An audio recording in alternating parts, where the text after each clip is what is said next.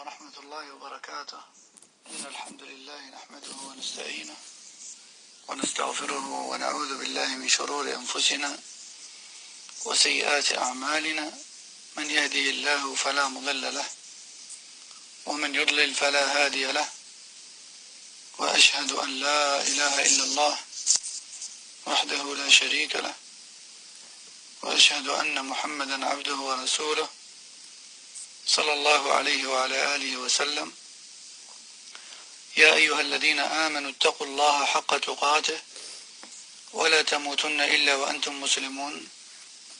يا أيها الناس اتقوا ربكم الذي خلقكم من نفس واحدة وخلق منها زوجها وبث منهما رجالا كثيرا ونساء، واتقوا الله الذي تساءلون به والأرحام إن الله كان عليكم رقيبا.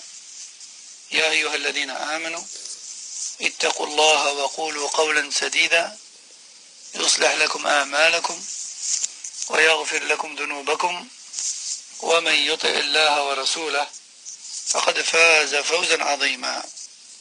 أما بعد، فإن أصدق الحديث كتاب الله، وخير الهدي هدي محمد صلى الله عليه وسلم، وشر الأمور محدثاتها، وكل محدثة بدعة، وكل بدعة ضلالة، وكل ضلالة في النار. أما بعد، أخذنا أمس أن كل شيء بتقدير الله ومشيئته، وأن هذه الأمراض جند من جنود الله، وأن البلاء سببه الذنوب والمعاصي، وأنه لا يرفع إلا بالتوبة النصوح، وأنه لا يمكن الخروج عن تقدير الله عز وجل، وأن الأمراض المعدية القاتلة رحمة للأمة وسبب شهادة لها، وأن المكث في بلد الطاعون واجب والخروج منه محرم. Hier, nous avons vu 6 points ensemble. On a vu que toute chose qui survient dans cet univers est le résultat du destin et de la volonté d'Allah subhanahu wa ta'ala. On a vu aussi que ce virus et que ces épidémies sont des soldats parmi les soldats d'Allah tabaraka wa ta'ala. On a vu aussi que les épreuves et les catastrophes qui nous touchent sont causées par les péchés, et que ceux-ci ne se dissipent et que ceux-ci ne sont levés par Allah que suite à un repentir sincère.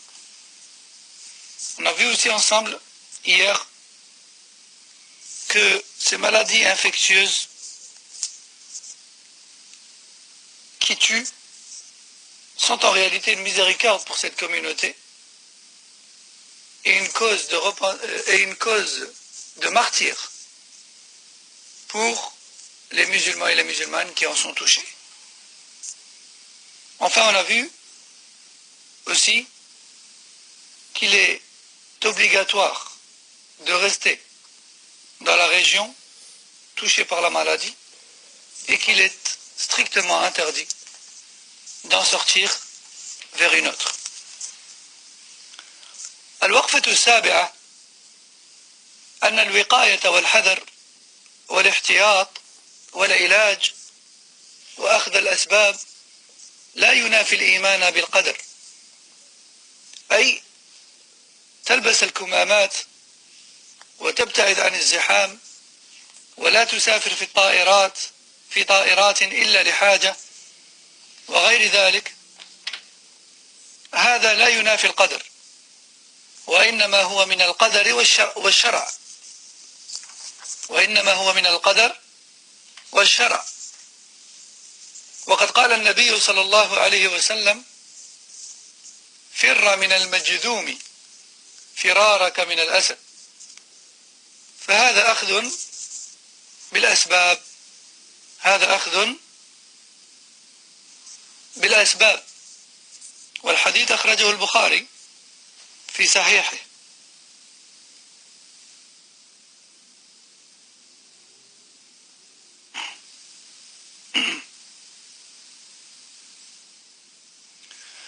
وقال أيضا صلى الله عليه وسلم: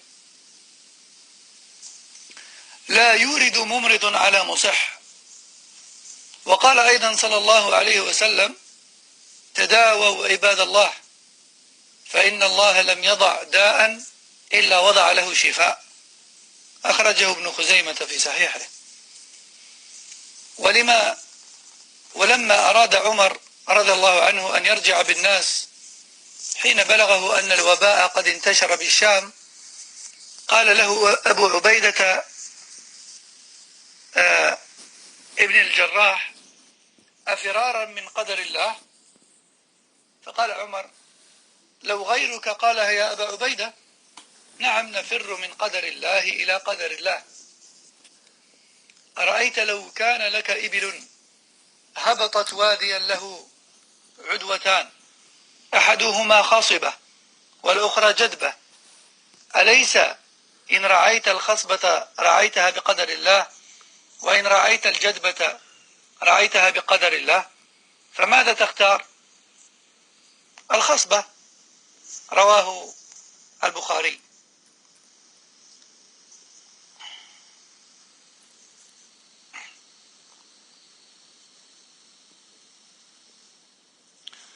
Donc, فالأخذ بالأسباب والوقاية من الدين. ولذلك قال النبي صلى الله عليه وسلم: من تصبح بسبع تمرات أو تمرات، من تصبح بسبع تمرات عجوة لم يضره ذلك اليوم سم ولا سحر. رواه مسلم. وهذا أخذ بالأسباب قبل وقوعها. ومن هذا الباب التطعيمات، فقد قال صلى الله عليه وسلم: من تصبح بسبع تمرات عجوة لم يضره ذلك اليوم سم ولا سحر. أخرجه البخاري.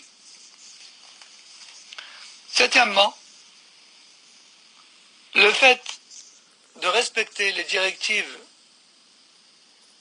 données par le ministère de la Santé, le fait de prendre ses précautions et de s'adonner aux causes de protection contre la maladie et de se faire soigner, etc. parmi les causes, cela ne contredit en rien ta foi au destin. Si tu portes le masque, si tu t'éloignes des foules, si tu évites de voyager dans les avions, sauf pour une raison sauf pour une nécessité majeure, etc., tout cela ne contredit en rien ta foi au destin. Plutôt cela fait partie du destin et fait partie de la religion d'Allah Tabaraka wa Ta'ala, c'est-à-dire le fait de faire les causes pour se préserver de la maladie. Le prophète sallallahu alayhi wa sallam nous dit, écoutez bien ce hadith, rapporté par Al-Bukhari: sauve-toi de celui qui est touché par la lèpre, comme tu te sauves du lion. Sauve-toi de celui qui est touché par la lèpre, comme tu te sauves du lion. Rapporté par Al-Bukhari. Pourquoi? Car cela fait partie des causes de se préserver du mal. Et celui qui a dit cette parole, c'est exactement le même que celui qui a dit La adwa wa la tiyara. Point de contagion, ni de superstition. Et ce qu'il a voulu dire, alayhi salatu wassalam, c'est qu'il n'y a pas de contagion, ni de mal qui se produit, si ce n'est avec la permission d'Allah et sa volonté tabaraka wa ta'ala. Ça ne veut pas dire qu'il ne faut pas faire les causes pour se protéger car il n'y a pas de contagion. C'est pas ça qui veut dire le hadith. Puisque celui qui a dit ce hadith-là nous dit ici, sauve-toi de celui qui est touché par la lèpre, comme tu te sauves du lion. C'est-à-dire, et la certitude que seul Allah gère les choses, mais fais les causes à côté. Fais les causes à côté. Rapporté par le Bukhari. Aussi, notre prophète sallallahu alayhi wa sallam nous dit qu'aucun malade ne se mélange à une personne en bonne santé. Tout comme il nous dit également, alayhi salatu wa salam, soignez-vous, serviteurs d'Allah, et sachez qu'Allah n'a fait descendre une maladie sans faire descendre avec elle son antidote et son moyen de guérison. Rapporté par Ibn Khuzayma. Et lorsque la peste a ravagé les terres musulmanes à l'époque de Omar ibn al-Khattab, qu'Allah l'agrée comme on l'a cité hier, et quand Omar ibn al-Khattab était en route vers Sham, là où l'épidémie était au plus haut degré, alors qu'il était en route, il a entendu parler de l'épidémie. C'est alors qu'il a retroussé chemin avec les gens qui se trouvaient avec lui. Et Abu Ubaïda ibn al-Jarrah lui a dit, est-ce que tu te sauves du destin d'Allah? Est-ce que tu te sauves du destin d'Allah? Et Omar lui a répondu, si seulement une autre personne que toi l'avait dit, ô Abu Ubaïda. Dit autrement, je me serais attendu à une telle parole de la part de quelqu'un d'autre, mais pas de toi, ô Abu Ubaïda. Oui, nous nous sauvons du destin d'Allah, qui est l'épidémie qui a touché le Sham, vers un autre destin d'Allah, qui est l'absence de l'épidémie ailleurs. Puis Omar ibn al-Khattab continue en lui disant, vois-tu, si tu avais un troupeau de chameaux, et que tu avais devant toi deux terres, une terre asséchée, ni d'eau, ni de végétation, et une deuxième, qui contient de l'eau et de la végétation. Vas-tu choisir, oui ou non? Et laquelle vas-tu choisir? Bien sûr que tu vas choisir celle où il y a de l'eau et de l'herbe. Alors, cela fait également partie du destin d'Allah, rapporté par le Bukhari. Donc le fait de s'adonner aux causes et de se donner les moyens d'être protégé par Allah tabaraka wa ta'ala de la maladie fait partie de la religion. Fait partie de la religion. Et c'est pour cela que le prophète sallallahu alayhi wa sallam a dit, celui qui mange 7 dates de l'adwa chaque matin sera préservé de tout poison et de toute sorcellerie toute la journée. Rapporté par Muslim. Et cela fait partie des causes entreprises avant d'être touché par un mal. Et certains savants placent cela au même niveau que les vaccins.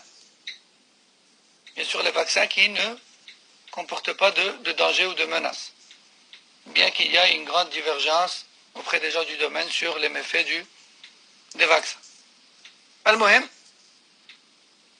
le sujet ici, c'est surtout de se prémunir et de se protéger et de prendre ses précautions pour se protéger d'un mal. الوقفة الثامنة من الوقاية الشرعية الدعاء والأذكار النبوية. الدعاء والأذكار النبوية فهي حصن حصين عظيم من البلايا والأمراض. فعن ثوبان رضي الله عنه أنه قال قال رسول الله صلى الله عليه وسلم لا يرد القدر إلا الدعاء. رواه ابن ماجه والترمذي. وكان يقول عليه الصلاة والسلام سلوا الله العفو والعافية والمعافاة. وعن أنس رضي الله عنه أن النبي صلى الله عليه وسلم كان يقول اللهم إني أعوذ بك من البرص والجنون والجذام ومن سيء الأسقام. رواه أحمد وأبو داود. فيدعو الإنسان ربه أن يصرف عنه هذه البلايا. وعن أبان ابن عثمان أنه قال: سمعت عثمان عن أبان ابن عثمان أنه قال: سمعت عثمان، يعني سمعت عثمان بن عفان يقول: سمعت رسول الله صلى الله عليه وسلم يقول: من قال بسم الله الذي لا يضر مع اسمه شيء في الأرض ولا في السماء وهو السميع العليم 3 مرات لم تصبه فجأة بلاء حتى يصبح، ومن قالها حين يصبح 3 مرات لم تصبه فجأة بلاء حتى يمسي. Aussi, huitièmement, parmi les meilleurs moyens de se protéger d'un mal, il y a bien sûr ad-du'a, l'invocation et l'imploration d'Allah tabaraka wa ta'ala, ainsi que, et en particulier les invocations prophétiques, et en particulier les invocations rapportées du prophète sallallahu alayhi wa sallam. Elles sont un bouclier solide contre les épreuves et les maladies. En effet, d'après Tawban, le prophète sallallahu alayhi wa sallam a dit: seul repousse un destin mérité jusque-là et dirige vers un autre l'invocation. Dit autrement, seule l'invocation peut changer les choses. Seule l'invocation peut changer un destin. Alors bien sûr, le destin duquel il est question ici et que l'on peut modifier par une invocation exaucée n'est pas le destin retranscrit dans la table gardée, car celui-là est définitif, mais plutôt le destin duquel ont été informés les anges lors de la nuit du destin pendant Ramadan, qui peut être modifié par l'une ou l'autre cause que les serviteurs font, telle que le dua ou un repentir ou une sadaqa ou autre. Et donc, je reviens à ce hadith, Rasul sallallahu alayhi wa sallam dit: seul repousse un qadar l'invocation, rapporté par Ibn Majah et Tirmidhi.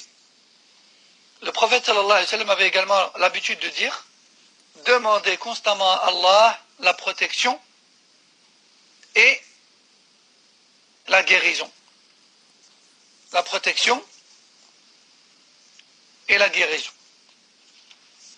Et d'après Anas qu'Allah l'agrée, le prophète sallallahu alayhi wa sallam avait l'habitude de dire: ô Allah, je me réfugie auprès de toi contre tout type de maladie, et en particulier les plus dangereuses parmi elles. Rapporté par Ahmed et Abu Daoud. Et parmi les maladies citées dans cette invocation prophétique, il y avait la folie, la peste et d'autres maladies encore.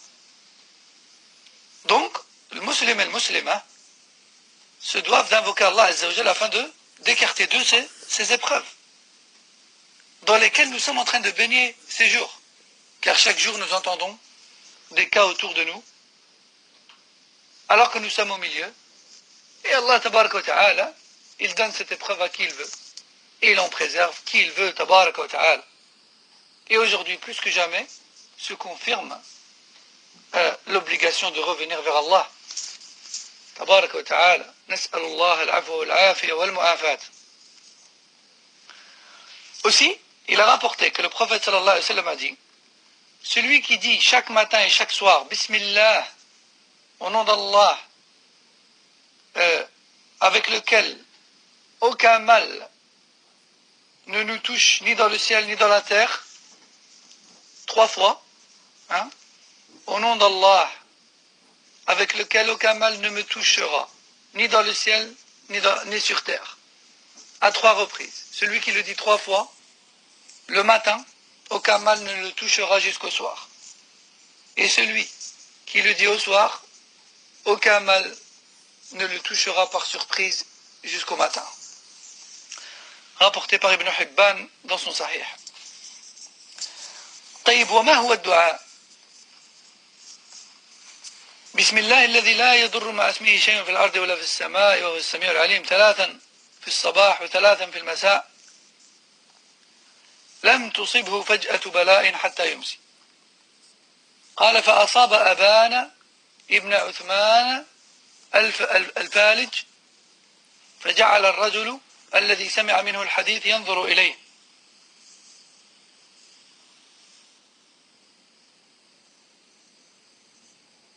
فجعل الرجل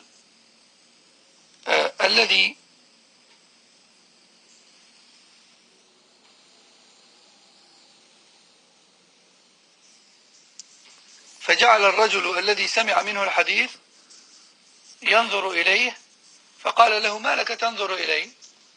فوالله ما كذبت على عثمان ولا كذب عثمان على النبي صلى الله عليه وسلم ولكن اليوم الذي أصابني فيه ما أصابني غضبت فنسيت أن أقولها. رواه Abu Daoud. Donc cette invocation au nom d'Allah avec lequel aucun mal ne nous touche ni dans le ciel ni dans la terre à 3 reprises. Cette invocation fait partie des invocations du matin et du soir. Du matin et du soir. Rapporté par Aban ibn Uthman, qu'Allah l'agrée. Et lui le rapporte de Uthman ibn Affan, qu'Allah l'agrée. Et lui la rapporte du prophète sallallahu alayhi wa sallam. Un jour, alors que Aban ibn Uthman radiyallahu anhu a été touché par une épreuve,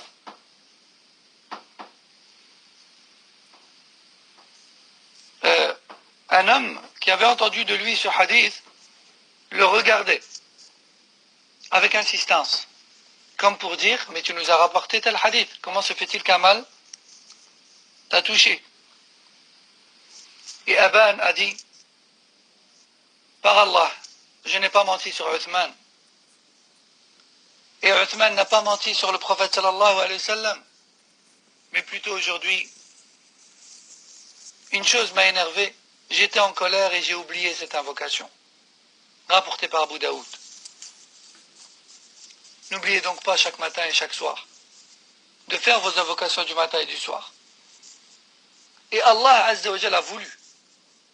Allah Azza wa Jalla a voulu que la dernière khutbah du dernier vendredi, c'est-à-dire la semaine dernière, avait pour sujet l'évocation et l'invocation d'Allah, son mérite et son impact sur notre vie, et nous avons distribué à qui nous avons pu une grande quantité des invocations du matin et du soir aux sorties de la mosquée. Partagez-vous ce livre et surtout, n'oubliez pas de l'utiliser, qu'Allah récompense celui qui l'a financé et qui l'a distribué à son compte. Jazakallahu khayran.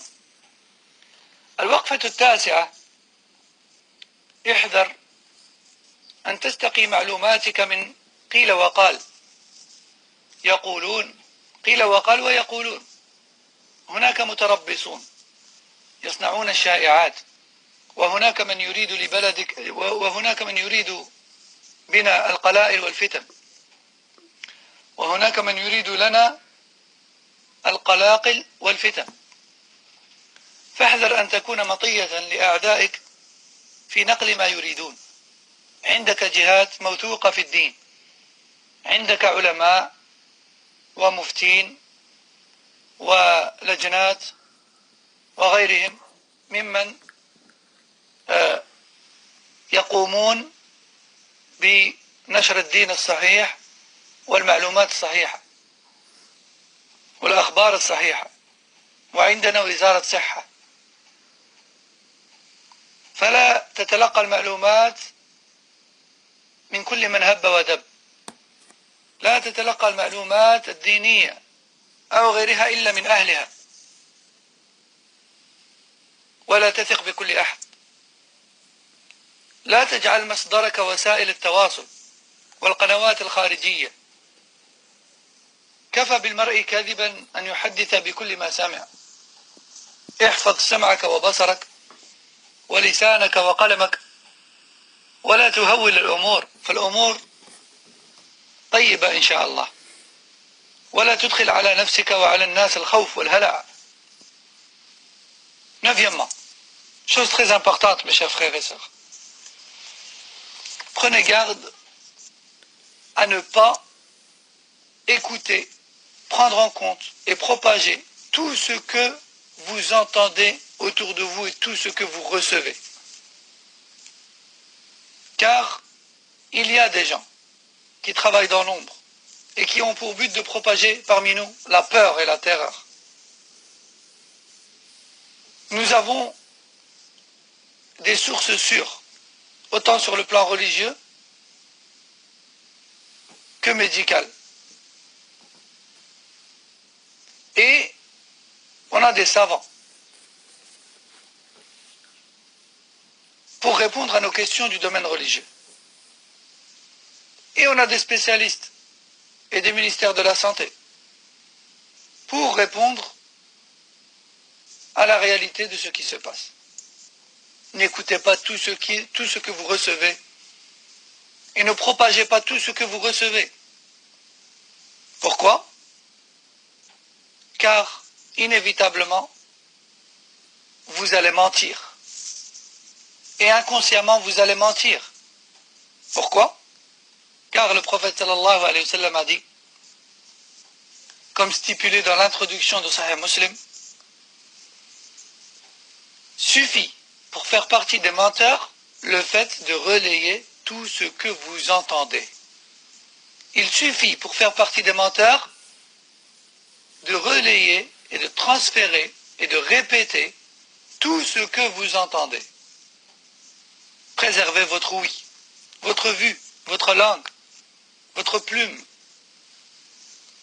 Ne propagez pas des fausses informations. Et n'agrandissez pas la peur inutilement en vous. Et ne propagez pas la peur parmi les gens. Les choses vont dans le bon sens, incha'Allah. Il faut avoir une bonne opinion en Allah tabaraka wa ta'ala. الوقفة العاشرة احذر الشماتة وسل ربك السلامة لا تقل يستاهلون فالبلاء من الله وليس بين الله وبين أحد من خلقه نسب والشماتة ليست من الإسلام ولا من أخلاق أهله والله كتب الإحسان على كل شيء وأمر العباد أن يقولوا التي هي أحسن ولا يضع الله رحمته إلا على رحيم ولا تنزع الرحمة إلا من شقي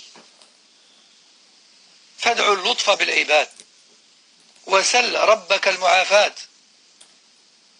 ولا تشمت بأحد.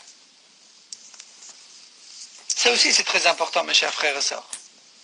Les savants disent que parmi les choses auxquelles on doit faire attention dans ce genre de situation, c'est de ne jamais dire à un frère, de ne jamais dire d'un frère ou d'une sœur qui tombe malade ou qui est touché par cette maladie, il mérite ou elle mérite. Plutôt demande à ton Seigneur de t'en préserver. Plutôt demande à ton Seigneur de t'en préserver. Ne dis jamais que tel ou tel mérite. Car l'épreuve vient d'Allah, elle ne vient pas de toi. Ce n'est pas toi qui l'as décidé, ni ta volonté qui l'a influencé. C'est Allah qui l'a décidé.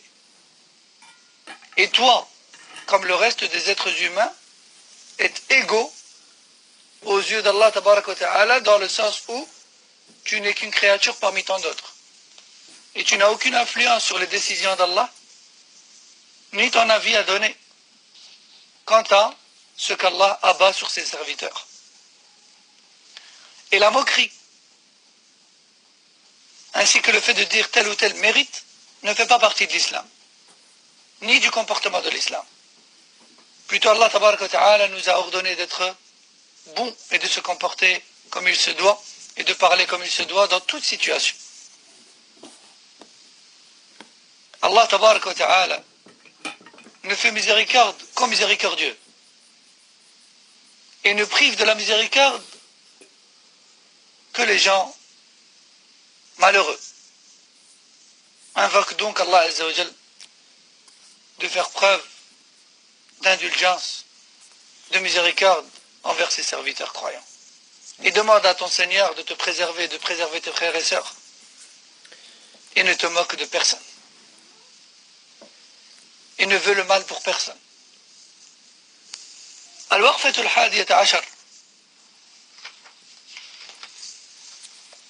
احذر إن كنت صاحب تجارة أن تستغل حاجة الناس فترفع الأسعار أو تحتكر السلع ليرتفع السعر. هذا خلق دنيء فإن إيمان المرء لا يكمل حتى يحب للناس ما يحب لنفسه. فعن معمر ابن عبد الله رضي الله عنه عن رسول الله صلى الله عليه وسلم أنه قال: لا يحتكر إلا خاطئ. رواه مسلم. قال النووي: قال أهل اللغة: الخاطئ بالهمز هو العاصي الآثم. وهذا الحديث صريح في تحريم الاحتكار. تذهب للصيدلية تريد كمامات يقول نفذت الكمية وهي عنده يحبسها ليرتفع سعرها ويتواصى أهل الصنعة بينهم في ذلك. هذا لا يجوز. معادن الناس إنما تظهر عند البلايا والمحن والحاجة. الدنيء من يستغل حاجة الناس. 11e, cela concerne surtout les commerçants. Que ce soit des commerçants qui ont donc des magasins d'alimentation générale ou de produits de première nécessité, ou que ce soit les pharmaciens et les pharmaciennes. Écoutez bien ceci. Les savants disent qu'en toute situation et à tout moment, et encore plus en ces périodes d'épidémie, il faut prendre garde à ne pas profiter de la situation pour mettre les gens encore plus en difficulté. Et de faire ce qu'on appelle l'ihtikar. L'ihtikar, c'est le fait de cacher une quantité de produits, le fait de cacher dans sa réserve un produit fortement demandé et de prétendre qu'on n'en a pas ou qu'on n'en a plus afin de laisser la demande augmenter et de pouvoir justifier par la suite l'augmentation du prix. Cela est interdit en islam. Il y a tout un chapitre là-dessus dans le chapitre des ventes et du commerce. C'est un mauvais comportement vis-à-vis des gens. D'après Ma'mar ibn Abdullah, le prophète sallallahu alayhi wa sallam a dit: celui qui fait l'ihtikar est clairement pécheur. Celui qui fait l'ihtikar est clairement pécheur. Rapporté par Muslim.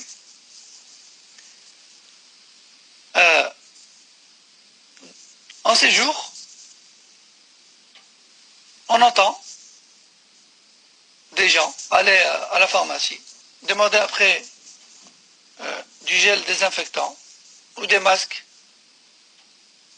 La pharmacie dit qu'il n'y en a pas ou il n'y en a plus, mais en réalité ils en ont dans la réserve. Ils en ont dans la réserve. Cela est arrivé, certains d'entre eux même témoigné. Alors j'appelle les musulmans parmi eux à ne pas faire cela, car cela est interdit en islam. Et c'est dans des situations de grands besoins comme celle-ci que les qualités ou les défauts des gens apparaissent. Et les gens mauvais ont parmi leurs caractéristiques l'ihtikar. Donc le fait de faire cela. الوقفة 12 المؤمنون بعضهم أولياء بعض وبنيان مرصوص وجسد واحد تلاحم وتراحم وتعاون وتعاضد خاصة في الأزمات. فالواجب أن يكون الجميع يدا واحدة، والناس مع فالجماعة رحمة، وبهذا تتحقق المصالح وتندفع المفاسد ويعم الخير. فاحذر أن تخالف التوجيهات وتخرج عن خط المؤسسات. استمع لما يقال لك، فإن الطاعة واجبة، والمصلحة عامة مقدمة، والمصلحة العامة مقدمة على المصلحة الخاصة.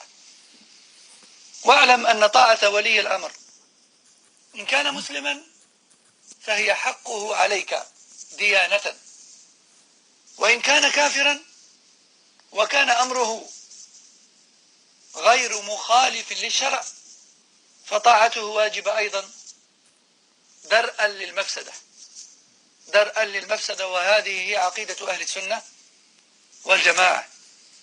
Douzièmement, les croyants sont alliés les uns des autres. Les véritables croyants sont alliés les uns des autres. Ils sont tels un seul corps, unis dans leur entraide et leur miséricorde. Et ce, surtout, en période de crise comme celle-ci. Il faut, chers frères et sœurs, aujourd'hui, plus que jamais, s'unir et s'entraider, demander les nouvelles les uns des autres, les unes des autres, et s'apporter de l'aide en cas de besoin, et non pas couper les liens de peur que l'autre nous demande de l'aide. Le groupe, le fait de rester groupé et regroupé dans le sens réel et figuré, est une cause de la descente de la miséricorde d'Allah subhanahu wa ta'ala sur nous. Et c'est ainsi qu'on arrivera au bien et qu'on repoussera le mal par la permission d'Allah tabaraka wa ta'ala.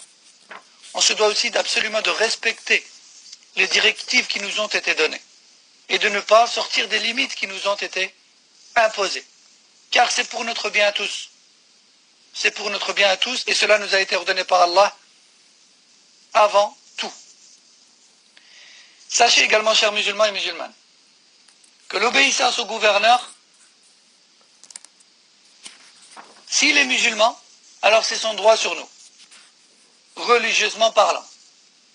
Et s'il n'est pas musulman, comme c'est le cas ici en France, et que son ordre ou son interdiction ne contredit pas l'islam, alors son obéissance en cela est obligatoire également, afin d'éviter un mal plus grand. En l'occurrence ici, la propagation encore plus de l'épidémie. Donc lorsque les gouverneurs et les dirigeants de ce pays où nous vivons nous disent « aidez-nous à arrêter le virus ou à diminuer la propagation du virus », nous en tant que musulmans, premièrement, on obéit à Allah et son messager et on ne se mélange pas aux gens et on évite toute cause de contagion.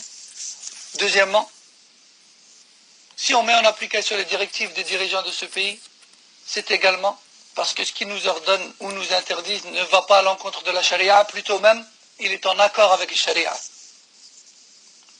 Donc dans un sens ou dans un autre, celui qui ne respecte pas ce qui nous a été imposé est désobéissant à Allah tabaraka wa ta'ala, dans un sens ou dans un autre. Respectez donc, barakallahu fikum, et ceci est la directive des ulama, des savants de la sunna.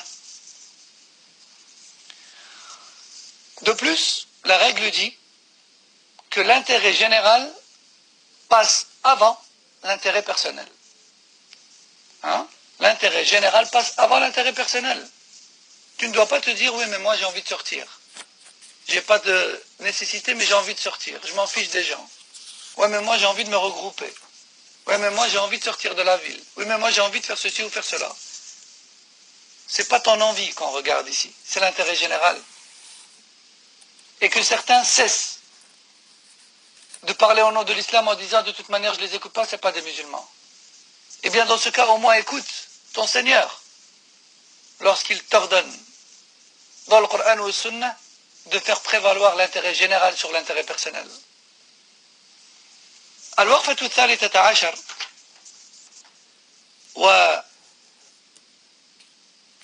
والأخيرة. Donc 13e et dernier point إن شاء الله.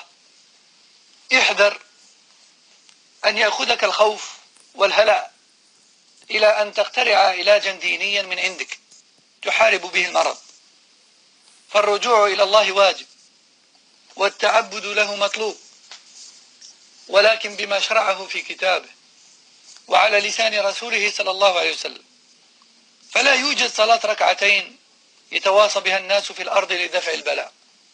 قال صلى الله عليه وسلم: من عمل عملا ليس عليه أمرنا فهو رد. رواه البخاري. وقال حذيفة رضي الله عنه: كل عبادة لا يتعبدها أصحاب رسول الله صلى الله عليه وسلم فلا تعبدوها، فإن الأول لم يترك للآخر مقال. ثم قال رضي الله عنه: فاتقوا الله يا معشر القراء واحذروا طريق من كان قبلكم. وقال أبو سفيان الداراني: ليس لمن ألهم شيئا من الخيرات أن يعمل به حتى يسمعه من الأثر. وهذه الأمراض والطوائين ليست جديدة حتى تستحدث لها عبادة خاصة، فما لم يتعبده الأوائل عند هذه الأمراض لا نتعبده. فالدين كامل والإحداث في الدين مذموم، بل هو سبب البلايا. Donc 12e point, prends garde de ne pas te laisser envahir par la peur, la frayeur et la terreur. Ne te laisse pas envahir. Plutôt reviens à Allah subhanahu wa ta'ala. Ça c'est une chose. Reviens à celui qui gère tout. Reviens à celui qui donne la maladie et qui en débarrasse. Reviens à lui. Aussi, en revenant à Allah, reviens à lui comme le messager d'Allah sallallahu alayhi wa sallam t'a appris, et non pas comme les gens ont inventé. On entend, par-ci par-là, des gens qui se sont inventés des adorations en cette période d'épidémie. Exemple, on entend des gens qui disent ou qui propagent des messages dans lesquels ils s'appellent les uns les autres à faire 2 rak'at qu'ils appellent la prière de l'épreuve ou la prière de l'épidémie. Ils font 2 rak'at pour faire partir l'épidémie. Mais le prophète sallallahu alayhi wa sallam nous a dit: celui qui fait un acte d'adoration que je n'ai pas enseigné se le verra refusé et rejeté. Rapporté par le Bukhari.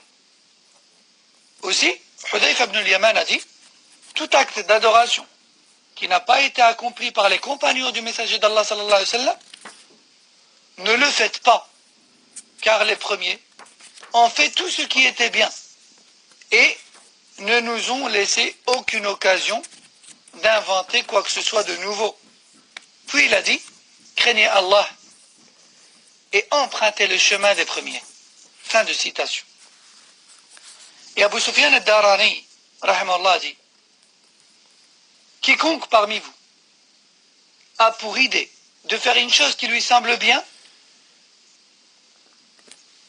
qu'il s'abstienne donc jusqu'à trouver un texte authentique qui lui prouve cela. Fin de citation.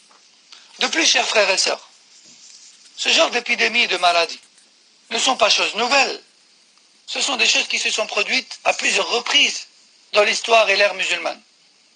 Et pourtant, jamais nos salafs ont inventé des nouvelles adorations pour s'en prémunir. Plutôt, ils sont revenus vers Allah avec le dua et le tawbah et les actes d'adoration généraux, comme le prophète sallallahu alayhi wa sallam nous a appris.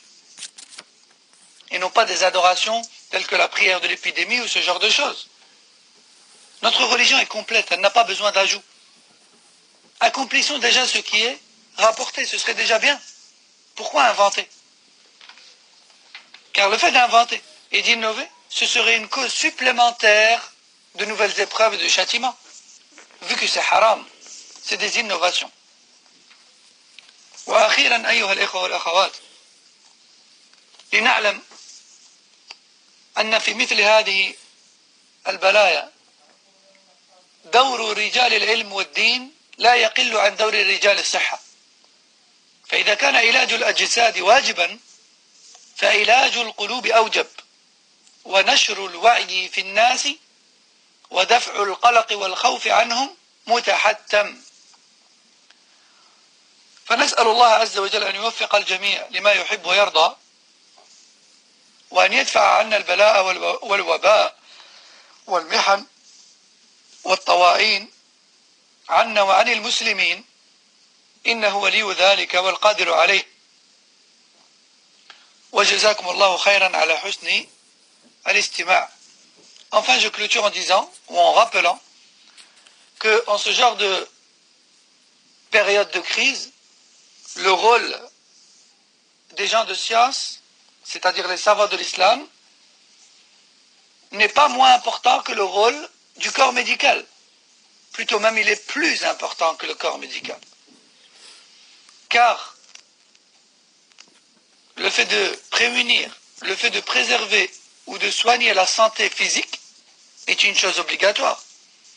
Mais le fait de soigner les cœurs est encore plus obligatoire. On demande donc à Allah Azza wa Jal de donner le succès, de nous donner à tous le succès dans tout ce qu'il aime et agrée, et qu'il repousse de nous cette épidémie, ces maladies, ces épreuves, ainsi que de tous les musulmans et les musulmanes dans le monde entier. Il est le seul capable de cela. Wallahu a'lam. Et qu'Allah vous récompense grandement pour votre écoute et votre suivi. Je vous donne donc rendez-vous demain, Inch'Allah, pour une nouvelle conférence. سبحانك اللهم وبحمدك أشهد أن لا إله إلا أنت أستغفرك وأتوب إليك صلى الله وسلم على نبينا محمد وعلى آله وصحبه والسلام عليكم ورحمة الله وبركاته.